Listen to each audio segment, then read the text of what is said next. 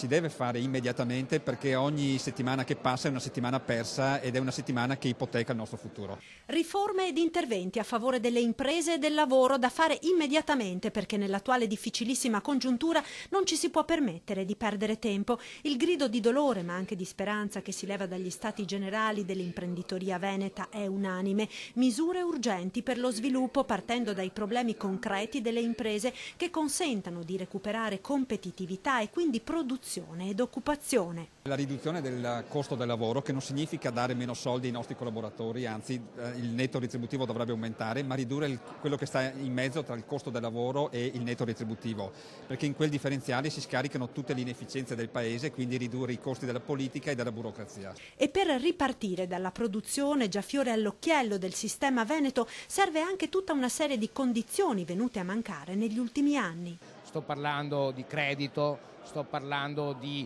burocrazia, sto parlando di giustizia. Credo che se avremo l'apporto di tutti, noi come industriali non faremo mancare il nostro apporto. Imprese venete impegnate nel cambiamento a partire dal rilancio di un rinnovato giocoforza sistema produttivo all'interno anche di una nuova fabbrica della formazione dei giovani. In questo si inserisce il sostegno all'istituzione universitaria di Univeneto tra gli atenei di Venezia, Padova e Verona. Io penso che Univeneto abbia una chance straordinaria nel Veneto. Per la prima volta i 4 atenei si trovano ad avere una piattaforma unica dove possono condividere i progetti per la ricerca e per la formazione. Io penso che Univeneto darà una reale disponibilità sia di intelligenze ma anche di ricerca alle imprese di questo territorio.